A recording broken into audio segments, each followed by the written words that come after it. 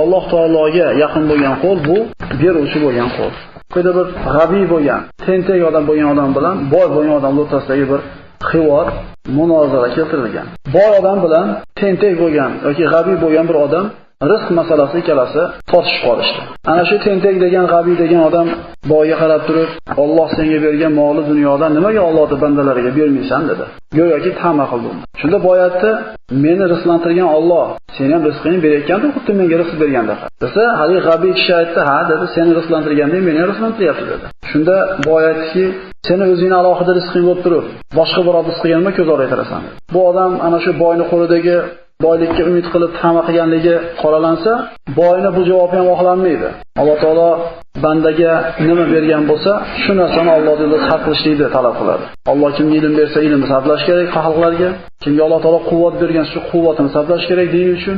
Kimga Alloh taolo boylik bergan bo'lsa, boylik sarflash kerak. Kimga nimani bergan bo'lsa, shuni so'raydi. Bu uni rizqiga qarab turib, boyligidan ta'ma qilyapti. Bu meni rizqimga qaramas, o'zining rizqimga qarab. Shoir shunday baytlarni keltiradi. Qo'lida bo'lgan narsadan senga bermagan kishidan g'azablanma.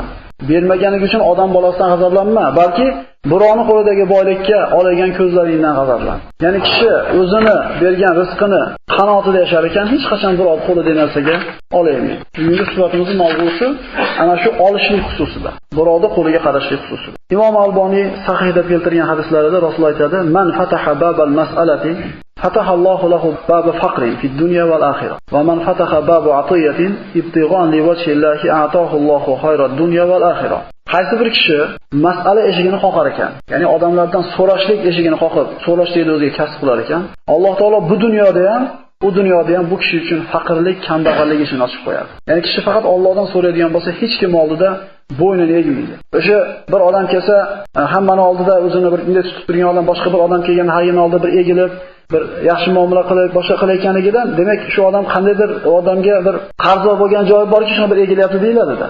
Va shu odamning oldida haqni gapirishlikdan shu odamning tili quvvati bo'lmaydi. Chunki shuning uchun kishi faqat Allohdan so'rar ekan, Alloh taoloning marhamati cheki, Alloh taolo bandasiga beradi.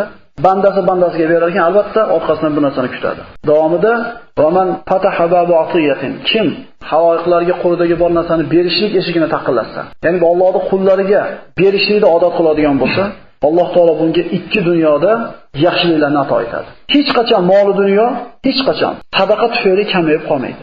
Allohga qasam deb boshlagan hadislarda keladi. Rasulullohning shunday bir og'iz aytgan so'ziga biz iymon keltirganmiz. Lekin Rasululloh qasam ichib ta'kidlab aytayaptiki, Allohga qasam, sadaqa qilsanglar pulinglar kamayib qolmaydi deyapti. Ishonamizmi shu narsaga?